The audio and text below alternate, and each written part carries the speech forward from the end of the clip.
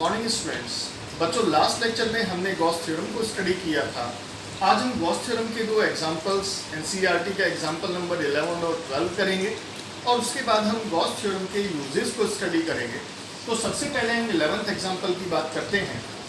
इस एग्जांपल में आपको एक क्यूब शो किया गया है जिसकी हर एक साइड ए है और ये एक्स वाई प्लेन में इस तरह से प्लेस किया गया है।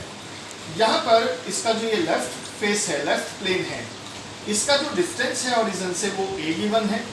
यहाँ पर एक इलेक्ट्रिक फील्ड गिवन है x एक्सिस की डायरेक्शन में alpha x to the power 1/2। इसका मतलब जैसे जैसे डिस्टेंस चेंज होगी x एक्सिस पर, जैसे जैसे x चेंज होगा इलेक्ट्रिक फील्ड भी चेंज होगा, यानी ये वेरिएबल है। यहाँ पर y और z एक्सिस की डायरेक्शन में कोई फील्ड नहीं दिया गया है और अल्फा यहाँ पर एक कांस्टेंट है। हमसे पूछा गया है कि इस क्यूब से पास होने वाला इलेक्ट्रिक फ्लक्स बताइए और इस क्यूब से कितना चार्ज बाउंड है वो कैलकुलेट कीजिए। ओके, तो बच्चों अगर मैं देखता हूँ तो यहाँ पर इलेक्ट्रिक फील्ड एक्स एक्सिस की डायरेक्शन में है, तो इसके इस लेफ्ट फेस और इस राइट फेस की अगर मैं बात करता हूँ तो लेफ्ट फेस से इलेक्ट्रिक फील्ड एंटर कर रहा है, इनवर्ड जा रहा है और यहाँ पर एरिया वेक्टर नॉर्मली आउटवर्ड हम लेते हैं, तो एरिया वेक्टर और इलेक्ट्रिक फील्ड के बीच का एंगल 180 डिग्री है। यहाँ से फील्ड बाहर आ रहा है, इलेक्ट्रिक फील्ड की डायरेक्शन पॉजिटिव एक्स एक्सिस की तरफ है और एरिया वेक्टर भी नॉर्मली आउटवर्ड होता है, तो यहाँ पर इन दोनों के बीच का एंगल 0 है। अगर मैं अपर फेस की बात करता हूँ तो इलेक्ट्रिक फील्ड की डायरेक्शन तो ये है और एरिया वेक्टर की डायरेक्शन ये है, तो दोनों के बीच का एंगल 90 डिग्री है, तो यहाँ से कोई भी इलेक्ट्रिक फ्लक्स पास नहीं होगा। सेम सिचुएशन सामने वाले फेसेस की भी होगी। यहाँ पर फील्ड की डायरेक्शन ये है इस फेस के लिए और एरिया वेक्टर नॉर्मली आउटवर्ड है, तो फील्ड और एरिया वेक्टर के बीच का एंगल 90 डिग्री है, तो यहाँ से भी कोई फ्लक्स पास नहीं होगा क्योंकि फील्ड इन फेसेस के प्लेन में होगा। ओके, तो अगर हम लेफ्ट फेस से पास होने वाला फ्लक्स जो ये फेस है और राइट फेस से पास होने वाले फ्लक्स को कैलकुलेट कर लें और उनको ऐड कर दें तो इस क्यूब से पास होने वाला टोटल फ्लक्स हमें पता चल जाएगा। ओके, तो लेफ्ट फेस से पास होने वाला flux phi left, phi equal to E into A, तो लेफ्ट फेस पर जो इलेक्ट्रिक फील्ड है और जो एरिया वेक्टर है उनकी dot product EL into S और इनके बीच का एंगल है 180 डिग्री, तो दैट इज कॉस 180 डिग्री, तो ये हो जाएगा माइनस EL इंटू एस। अब हम वैल्यू रखते हैं माइनस EL, लेफ्ट फेस पर फील्ड अल्फा x, यहाँ से यहाँ तक का डिस्टेंस है a, तो a टू द पावर 1/2 और s मीन्स इस सरफेस का एरिया होगा, square of the side means a square, तो that will be minus alpha a to the power 5/2 newton metre square per coulomb. इसी तरह अगर मैं राइट फेस से पास होने वाला फ्लक्स निकालता हूँ, that is ER dot S, that is ER into S और यहाँ पर इनके बीच का एंगल 0 है, तो दैट इज कोस 0, तो ये होगा ER इंटू एस। ER की वैल्यू में यहाँ पर फील्ड की वैल्यू रखता हूँ तो अल्फा और यहाँ से यहाँ तक इस फेस की डिस्टेंस है a प्लस a, तो x की जगह हम रखने वाले हैं 2a पावर 1/2 और एरिया a स्क्वायर, तो दैट इज √2, 2 की power 1/2 means √2 alpha a to the power 1/2 and a square, तो a to the power 5/2 newton metre square per coulomb. अगर मैं नेट फ्लक्स निकालता हूँ तो दैट इज 5 लेफ्ट प्लस 5 राइट, तो ये होगा minus alpha a to the power 5/2 plus √2 alpha a to the power 5/2। हमने इन दोनों को सम कर लिया है। यहाँ पर alpha a to the power 5/2 को कॉमन ले लेते हैं, यहाँ रहेगा -1 और वहाँ पर रहेगा √2, ये होगा alpha a to the power 5/2। Okay, अब हम यहाँ वैल्यू पुट कर देते हैं।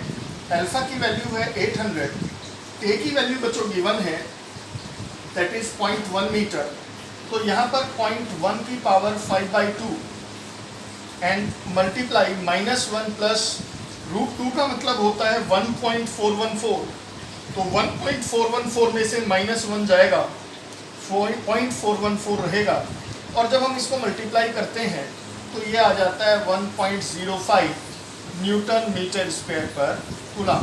तो ये इस क्यूब से पास होने वाला टोटल फ्लक्स होगा। ओके बच्चों, अब हमें इससे बाउंड नेट चार्ज बताना है Q। तो हमने गॉस थ्योरम में पढ़ा था कि total electric flux phi net, जो टोटल इलेक्ट्रिक फ्लक्स होता है किसी भी क्लोज सरफेस से पास होने वाला, वो उससे जितना भी चार्ज बाउंड है उसका 1/ε0 टाइम्स होता है। तो अगर इससे मैं नेट चार्ज बाउंड निकालता हूँ तो जितना भी नेट फ्लक्स है उसमें ε0 का मल्टीप्लाई हो जाएगा। नेट फ्लक्स हम निकाल चुके हैं और ε0 की वैल्यू होती है 8.85 इंटू 10⁻⁻12। तो आप इनकी मल्टीप्लाई कर लेंगे and you will get the value of charge. Okay बच्चों, अब हम अपना एक नेक्स्ट एग्जांपल स्टडी करते हैं 1.12। यहाँ पर आपको एक्स एक्सिस की डायरेक्शन में इलेक्ट्रिक फील्ड गिवन है। पॉजिटिव एक्स एक्सिस की डायरेक्शन में इलेक्ट्रिक फील्ड है 200 आई कैप न्यूटन पर कूलम और नेगेटिव एक्स एक्सिस की डायरेक्शन में फील्ड है 200 आई कैप न्यूटन पर कूलम, यानी एक यूनिफॉर्म इलेक्ट्रिक फील्ड है। इस इलेक्ट्रिक फील्ड में एक सिलेंडर को प्लेस किया गया है जिसकी लेंथ 20 सेंटीमीटर है और इस सिलेंडर को इस तरह से प्लेस किया गया है कि इसका जो सेंटर है वो ओरिजिन पर है, यानी इसकी 10 सेंटीमीटर लेंथ राइट साइड है और 10 सेंटीमीटर लेंथ लेफ्ट साइड है। अब इस पर्टिकुलर सिलेंडर की जो रेडियस है वो 5 सेंटीमीटर गिवन है और हमसे कहा जाता है कि इसके लेफ्ट और राइट फेस से पास होने वाला फ्लक्स कैलकुलेट कीजिए। ओके तो इसका फर्स्ट पार्ट है कि what will be the net outward flux through each flat face. तो देखिए यहाँ पर इसके दो फ्लैट फेस हैं, एक तो ये है और एक ये है। अगर मैं लेफ्ट फ्लैट फेस की बात करता हूँ और ये राइट फ्लैट फेस है, तो यहाँ पर अगर मैं फाई लेफ्ट निकालता हूँ, लेफ्ट फेस से पास होने वाला फ्लक्स, तो देखिए इलेक्ट्रिक फील्ड की डायरेक्शन आउटवर्ड है, लेफ्ट फेस पर EL इस डायरेक्शन में है और एरिया वेक्टर की डायरेक्शन भी यही है। तो यहाँ पर थीटा 0 है, तो phi L means EL dot S, तो ये होगा EL into S into cos 0, तो ये रहेगा EL इंटू S। अब देखिए लेफ्ट हैंड पर इलेक्ट्रिक फील्ड की जो वैल्यू है वो 200 है, तो यहाँ पर इलेक्ट्रिक फील्ड यूनिफॉर्म है, चाहे वो लेफ्ट फेस है चाहे वो राइट फेस है। तो हम इसे यहाँ पर EX भी लिख सकते हैं जैसा कि हमें गिवन है। तो हम इसकी वैल्यू लिखते हैं, ये 200 है और एरिया का मतलब पाई R स्क्वायर, तो ये होगा 200 और ये फ्लैट फेस का एरिया पाई की वैल्यू 3.14 और R स्क्वायर का मतलब 5 सेंटीमीटर मीन्स 5 इंटू 10⁻⁻2 मीटर। हम इसका स्क्वायर कर लेते हैं और जब हम इसे सॉल्व करते हैं तो ये आ जाता है 1.57 न्यूटन मीटर स्क्वायर पर कूलम। ओके तो लेफ्ट फ्लैट फेस से जो आउटवर्ड फ्लक्स है, जो बाहर आ रहा है फ्लक्स, वो इतना है। अगर मैं राइट फ्लैट फेस की बात करता हूँ तो फील्ड पॉजिटिव एक्स एक्सिस की डायरेक्शन में है राइट फ्लैट फेस पर और एरिया वेक्टर नॉर्मली आउटवर्ड, तो यहाँ भी थीटा एज इट इज 0 रहना है। तो अगर मैं बात करता हूँ फाई राइट, तो same ER dot S that is ER into S into cos 0, तो यहीं पर ER की वैल्यू 200 रख देंगे क्योंकि वो सेम रहेगी सभी जगह, फील्ड यूनिफॉर्म है और S का मतलब है 3.14 पाई R स्क्वायर, बिल्कुल सेम यहाँ पर, इंटू 5 इंटू 10⁻⁻2 का होल स्क्वायर। जब हम इसे सॉल्व करेंगे तो ये भी 1.57 न्यूटन मीटर स्क्वायर पर कूलम आएगा। अब हमें तो नेट आउटवर्ड फ्लक्स निकालना है, तो net outward flux equal to होगा फाई लेफ्ट से जो पास हो रहा है आउटवर्ड फ्लक्स और जो राइट फ्लैट फेस से पास हो रहा है। तो यहाँ पर 1.57 और 1.57 जब आप इनको ऐड करेंगे तो 3.14 न्यूटन मीटर स्क्वायर पर कूलम। तो ये आपका पार्ट ए सॉल्व हो जाता है। ओके बच्चों, इसका सेकंड पार्ट है कि what will be the net flux passing through the side of the cylinder. Side का मतलब ये कर्व साइड, कर्व सरफेस जो है, अगर मैं यहाँ देखता हूँ, चाहे मैं इधर ले लूँ ओरिजिन से या इधर ले लूँ, तो यहाँ पर फील्ड की डायरेक्शन तो ये रहेगी लेकिन एरिया वेक्टर की डायरेक्शन नॉर्मली आउटवर्ड होगी। तो यहाँ पर दोनों के बीच का एंगल 90 डिग्री रहेगा। तो जो फाई कर्व सरफेस से पास होने वाला फ्लक्स होगा that will B 0 because theta is 90 degree. Okay बच्चों, पार्ट सी में पूछा जा रहा है कि what will be the net outward flux. वो मैंने पार्ट ए में ही निकाल दिया है। पार्ट ए में पूछा गया था कि लेफ्ट और राइट जो आपके फेसेस हैं, फ्लैट फेसेस, उनसे कितना आउटवर्ड फ्लक्स पास होगा। तो वहाँ अलग अलग फ्लक्स होगा 1.57 एंड 1.57 न्यूटन मीटर स्क्वायर पर कूलम। और अगर मैं नेट आउटवर्ड फ्लक्स की बात करता हूँ तो दोनों ऐड कर दिए थे हमने, तो 3.14 न्यूटन मीटर स्क्वायर पर कूलम आ जाएगा। अब बात करते हैं पार्ट डी की कि इससे चार्ज कितना बाउंड है। तो हमने पढ़ा है कि 5 नेट फ्लक्स जो हमने निकाला लेफ्ट और राइट दोनों का फ्लक्स को ऐड करके 5 इक्वल टू होता है Q अपॉन एप्सिलॉन नॉट। 5 हम निकाल चुके हैं 3.14 न्यूटन मीटर स्क्वायर पर कूलम। Q हमें निकालना है और एप्सिलॉन नॉट की वैल्यू कांस्टेंट है, आप जानते हैं, उसको इसके साथ मल्टीप्लाई कर लेंगे and you will get the value of charge. Okay बच्चों, हमारा फर्स्ट यूज है गॉस लॉ का कि इलेक्ट्रिक फील्ड हमें कैलकुलेट करना है due to infinite long straight uniformly charge wire. देखिए हमने क्वेश्चन नंबर 30 जो एनसीईआरटी का किया था उसमें यही क्वेश्चन था, बट वो विदाउट यूजिंग गॉस थ्योरम हमें करना था और यहाँ पर हमें गॉस थ्योरम को यूज करके इस पर्टिकुलर इलेक्ट्रिक फील्ड को कैलकुलेट करना है। तो मान लीजिए हमारे पास ये एक इनफाइनाइट लॉन्ग वायर है और इस पर पॉजिटिव चार्ज यूनिफॉर्मली इस तरह से डिस्ट्रीब्यूट है। इस चार्ज से r डिस्टेंस पर यहाँ एक पॉइंट, इस वायर से r डिस्टेंस पर यहाँ एक पॉइंट P है। इस पॉइंट पर हमें इलेक्ट्रिक फील्ड इंटेंसिटी कैलकुलेट करनी है। तो देखिए जब भी हम गॉस थ्योरम को अप्लाई करते हैं तो सबसे पहले हमें गॉसियन सरफेस को इमेजिन करना होता है और हमने आपको बताया है कि जब भी हम चार्ज किसी लीनियर सोर्स के, लीनियर कंडक्टर के ऊपर, लाइन के ऊपर डिस्ट्रीब्यूट होता है तो उसकी वजह से हमारा जो गॉसियन सरफेस होता है दैट इज सिलेंड्रिकल। यानी गॉसियन सरफेस का मतलब एक ऐसा सरफेस जिसके हर पॉइंट पर इलेक्ट्रिक फील्ड का मैग्नीट्यूड और इलेक्ट्रिक फील्ड की डायरेक्शन सेम होती है। तो अगर मैं यहाँ पर पॉइंट P से पास होने वाला एक सिलेंड्रिकल सरफेस इमेजिन कर लेता हूँ जिसके वायर सेंटर पर है, तो वायर से इसके हर पॉइंट की डिस्टेंस सेम होगी तो हर पॉइंट पर इलेक्ट्रिक फील्ड इंटेंसिटी सेम होगी और इलेक्ट्रिक फील्ड की डायरेक्शन भी सेम होगी। तो ये हमारा सिलेंड्रिकल गॉसियन सरफेस हम ड्रॉ कर लेते हैं।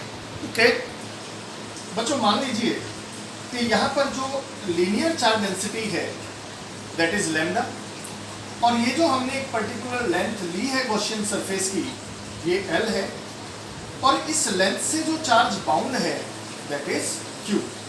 अब गॉस थ्योरम कहती है बाय गॉस लॉ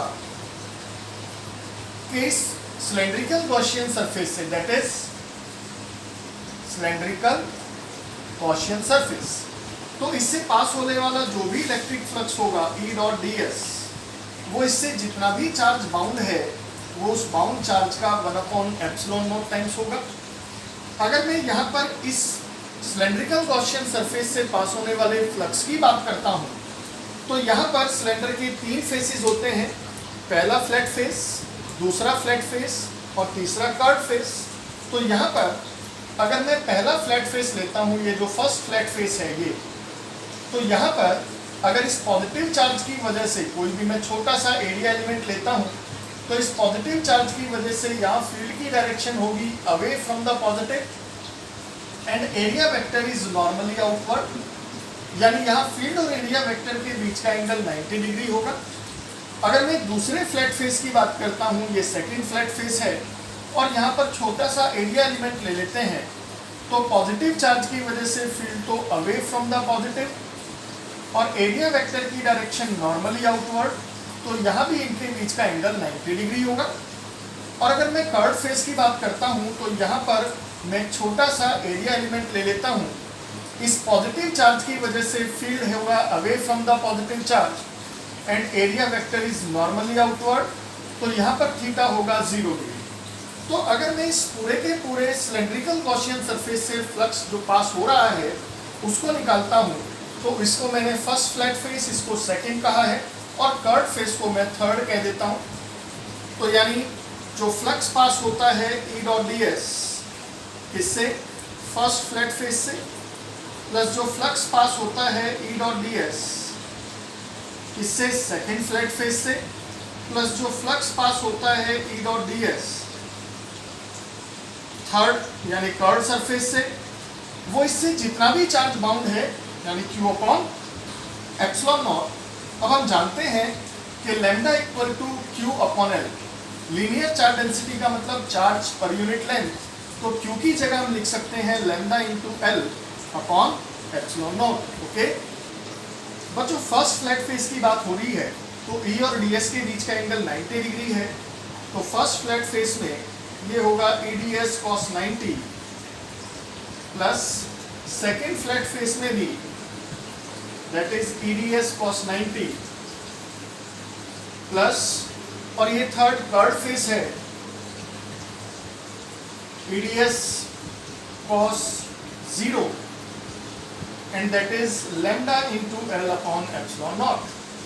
cos 90 0 होता है तो 0 प्लस 0, इलेक्ट्रिक फील्ड सब जगह यूनिफॉर्म है, cos 0 की वैल्यू 1 और इंटीग्रेशन होगा थर्ड फेस में एरिया का and that is lambda into L upon epsilon not. ये बाहर लेते हैं और इस पूरे कर्ड सरफेस का अगर मैं इंटीग्रेशन लेता हूँ यानी पूरा कर्ड सरफेस एरिया निकालता हूँ तो that is 2 pi R H यानी 2 पाई आर एल, सिलेंडर का surface curved surface L and that is lambda into L upon epsilon naught. L से L कट हो जाता है तो E equal to lambda upon 2 pi epsilon naught are.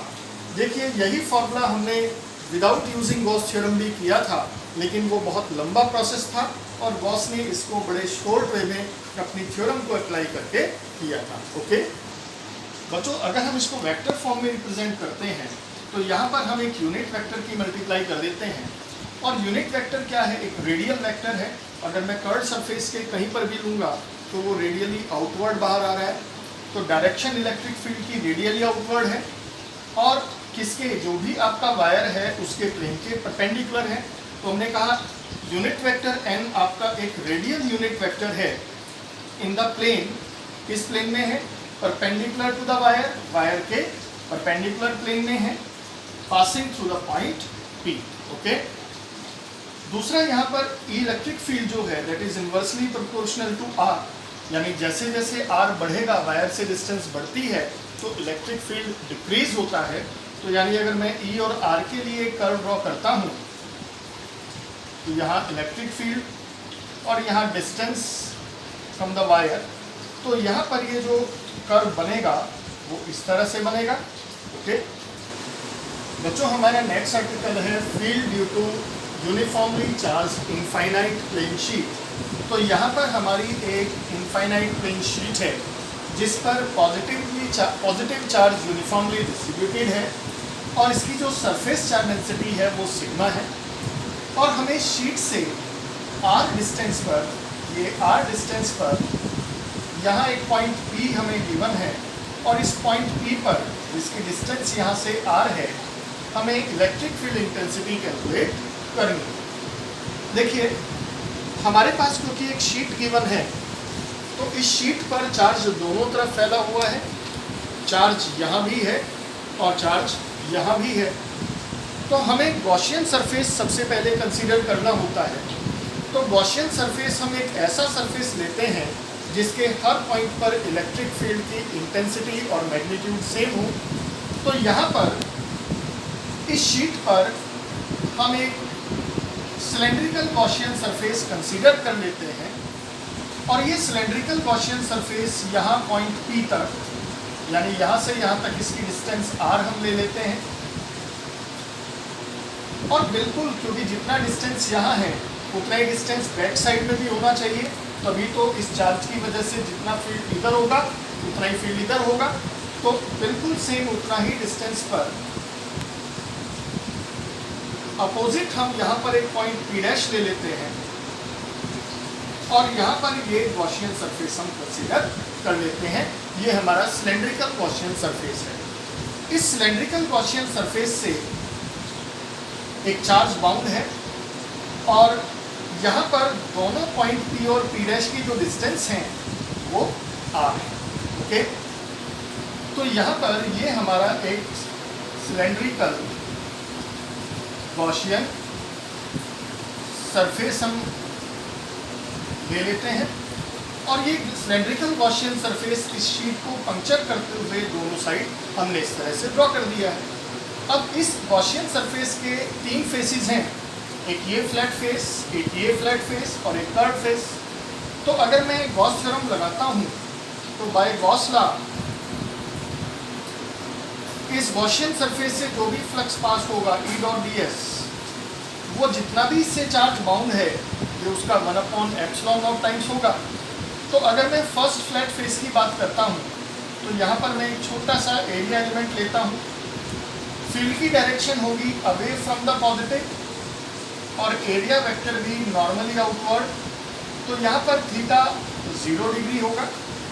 अगर मैं इस बैक साइड की बात करता हूँ शीट पर और यहाँ भी एक छोटा सा एरिया एलिमेंट लेता हूँ normally outward that is ds और यहाँ भी फील्ड की direction away from the positive charge होगी तो यहाँ भी थीटा क्या होने वाला है 0 डिग्री।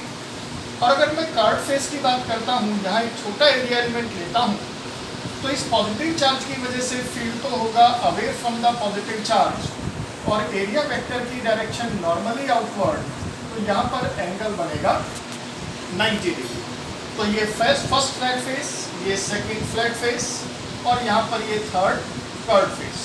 तो मैं इन सारों से पास होने वाले फ्लक्स को ऐड कर देता हूँ। फर्स्ट फ्लैट फेस से पास होने वाला flux E dot ds, second flat face से पास होने वाला flux E dot ds, third phase से पास होने वाला फ्लक्स E डॉट ds और Q की जगह हम लिख देंगे surface charge density charge per unit surface area. तो Q की जगह sigma into s upon epsilon not. अब यहाँ पर फर्स्ट फ्लैट फेस में E ds और एंगल 0 है और cos 0 1 होता है तो सिंपली मैं E ds लिख देता हूँ that is cos 0। Second flat face में भी सेम E ds cos 0 और थर्ड कर्व फेस में E ds cos 90 degree that is sigma into s upon epsilon not. अब यहाँ पर करते हैं दैट इज E बाहर ले लेते हैं, इंटीग्रेशन ऑफ ds हो जाएगा s क्योंकि टोटल सरफेस।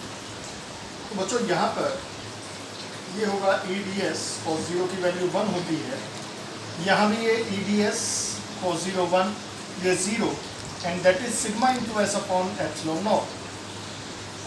E बाहर ले लेते हैं, इंटीग्रेशन ऑफ ds। अगर मैं इन छोटे छोटे एरिया एलिमेंट्स को ऐड कर देता हूँ तो ये पूरे फ्लैट फेस का एरिया आ जाएगा और इसको हमने कंसीडर किया है s। तो E इंटू s, सेम यहाँ भी E into s, sigma into s upon epsilon not 2es sigma into s upon epsilon not. s से s कट हो जाएगा तो यानी E इक्वल टू हो जाएगा 2e equal to sigma upon epsilon naught और E इक्वल टू होगा sigma upon 2 epsilon naught. Okay, अगर हम इसे वेक्टर फॉर्म में लिखते हैं तो in vector form E that is sigma upon 2 epsilon naught और यहाँ पर हम एक यूनिट वेक्टर को मल्टीप्लाई कर देते हैं और उस यूनिट वेक्टर की डायरेक्शन होती है normal to the plane away from it, यानी इस प्लेन से बाहर की तरफ। Okay, here n cap is a unit vector normal to the plane going away from it, normal to the plane going away from it। Okay बच्चों, यहाँ पर E किस पर डिपेंड करता है? सिग्मा पर, सरफेस चार्ज डेंसिटी पर। यानी यहाँ पर एक चीज़ ऑब्जर्व हो रही है कि E R पर डिपेंड ही नहीं करता है, यानी E is independent of R। यानी चाहे आप पॉइंट शीट के पास ले लें या शीट से दूर ले लें, इलेक्ट्रिक फील्ड का उस पर कोई इफेक्ट, इलेक्ट्रिक फील्ड पर उसका कोई इफेक्ट नहीं पड़ेगा।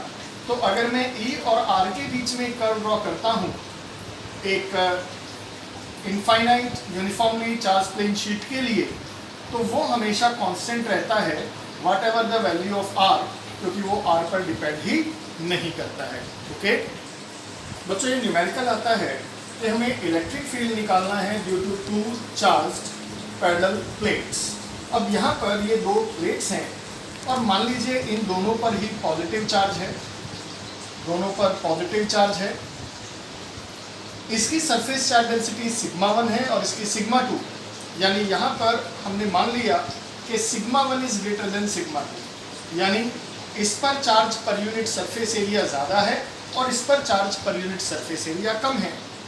हमें इन दोनों के बीच में यहाँ पर हमने एक पॉइंट लिया है P, लेफ्ट साइड हमने यहाँ पॉइंट लिया है P1 और राइट साइड हमने पॉइंट लिया है P2।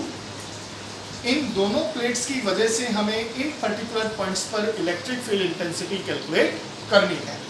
देखिए हमेशा ध्यान रखिए, हम सेंटर वाला पॉइंट P हमने लिया है, इसके राइट साइड अगर मैं लेता हूँ तो ये पॉजिटिव एक्स एक्सिस है और इधर हम लेते हैं सेंटर से तो ये नेगेटिव एक्स एक्सिस है। आप इस तरह से इमेजिन करें।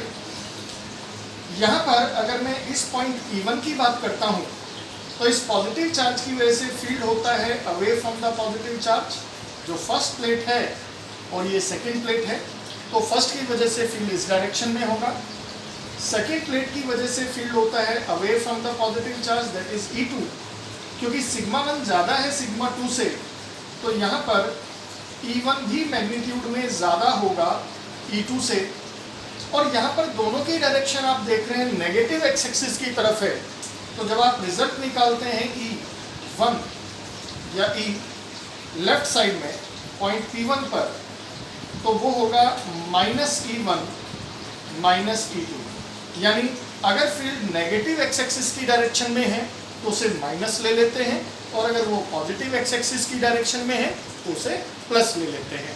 ओके, तो यहाँ पर E1 भी और E2 भी दोनों नेगेटिव एक्स एक्सिस की डायरेक्शन में है तो दोनों माइनस ले लेते हैं।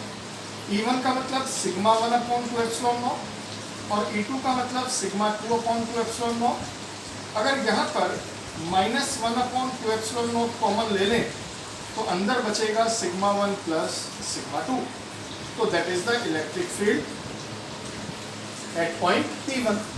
अगर मैं बात करता हूँ पॉइंट P की, तो पहली प्लेट की वजह से फील्ड होगा away from the positive charge और दूसरी वजह से फील्ड होगा away from the positive charge, इसकी वजह से अवे, इसकी वजह से अवे। और अगर मैं यहाँ नेट फील्ड निकालता हूँ तो E1 पॉजिटिव एक्स एक्सिस की डायरेक्शन में है तो प्लस लेंगे और E2 नेगेटिव एक्सिस की डायरेक्शन में है तो माइनस लेंगे। E1 means sigma 1/2 epsilon not, sigma 2/2 epsilon not. यहाँ पर 1/2 एप्सिलॉन नॉट कॉमन लेंगे और अंदर रहेगा सिग्मा 1 माइनस सिग्मा 2। अब हम बात करते हैं राइट साइड। इस फर्स्ट प्लेट की वजह से यहाँ फील्ड होगा away from the positive charge और दूसरी प्लेट की वजह से भी फील्ड होगा away from the positive charge. तो यहाँ पर E, क्योंकि दोनों ही पॉजिटिव एक्स एक्सिस की डायरेक्शन में है तो इस तरह प्लस कर लेंगे, यानी sigma 1/2 epsilon naught plus sigma 2/2 epsilon naught, तो that is 1/2 epsilon not sigma 1 plus sigma 2। तो आप ऑब्जर्व करें कि अगर यहाँ पर सरफेस चार्ज डेंसिटी सेम होते, अगर सिग्मा सेम होते तो लेफ्ट साइड होता -2 सिग्मा/2 एप्सिलॉन नॉट, यानी minus sigma upon epsilon naught, right side होता plus sigma upon epsilon naught और बीच में इलेक्ट्रिक फील्ड 0 होता। ओके बच्चों, सेकेंड केस हम लेते हैं, ये फर्स्ट ले लेते हैं कि अगर दोनों की जो सरफेस चार्ज डेंसिटीज हैं सपोज सेम है, बट एक पॉजिटिवली चार्ज है और दूसरी शीट नेगेटिवली चार्ज है, तो ये हम सिग्मा और ये सिग्मा ले लेते हैं। सिग्मा 1 सिग्मा 2 भी ले सकते हैं, कोई फर्क नहीं पड़ रहा। अब यहाँ पर वही पॉइंट हम लेते हैं और इन पॉइंट्स पर हमें फील्ड कैलकुलेट करना है इस अरेंजमेंट की वजह से, इन दो प्लेट्स की वजह से। तो अगर मैं इस पॉजिटिव चार्ज प्लेट की वजह से फील्ड निकालता हूँ तो away from the positive charge ये फर्स्ट प्लेट की वजह से होगा और इस नेगेटिवली चार्ज प्लेट की वजह से निकालता हूँ तो फील्ड होता है टुवर्ड्स द नेगेटिव चार्ज। और यहाँ पर क्योंकि मैंने सिग्मा सेम लिए हैं तो E1 E2 भी सेम होंगे। अगर मैं नेट फील्ड निकालता हूँ तो minus E1 plus E2 that is along negative x axis, that is along positive x axis. Minus E1 का मतलब minus sigma upon epsilon not 2 epsilon naught plus sigma upon 2 epsilon naught, तो that will B 0। Same यहाँ पर आप निकालेंगे, इस positive charge plate की वजह से फील्ड होगा अवे फ्रॉम द पॉजिटिव और इस नेगेटिव की वजह से टुवर्ड्स द नेगेटिव, तो यहाँ भी E equal to E1 minus E2 होगा। और जब आप इसकी वैल्यू रखेंगे sigma upon 2 epsilon not minus sigma upon 2 epsilon naught, तो दैट विल बी आल्सो 0। अगर आप बात करते हैं सेंटर पॉइंट की, तो इसकी वजह से यहाँ फील्ड होगा away from the positive charge और सेकेंड शीट की वजह से टुवर्ड्स द नेगेटिव चार्ज, तो यहाँ पर इलेक्ट्रिक फील्ड E1 भी पॉजिटिव और E2 भी पॉजिटिव, यानी sigma upon 2 epsilon naught plus sigma upon 2 epsilon naught, तो that is sigma upon epsilon naught. तो यहाँ पर सेंटर में फील्ड 0 होगा अगर सरफेस चार्ज डेंसिटी सेम है, बाहर से plus sigma upon epsilon naught और नेगेटिव एक्स एक्सिस की डायरेक्शन में minus sigma upon epsilon naught. और अगर एक पॉजिटिव और एक नेगेटिव है तो आउटसाइड पॉइंट्स पर इलेक्ट्रिक फील्ड 0 होगा और बीच में होगा सिग्मा अपॉन एप्सिलॉन नॉट। तो आज हमने इसके 2 यूजेस पढ़ लिए हैं। अब हम तीसरा यूज कल करने वाले हैं। आपको NCERT की एक्सरसाइज आप इजीली कंप्लीट कर सकते हैं, तो आप NCERT की एक्सरसाइज को कंप्लीट कर लेंगे। ओके।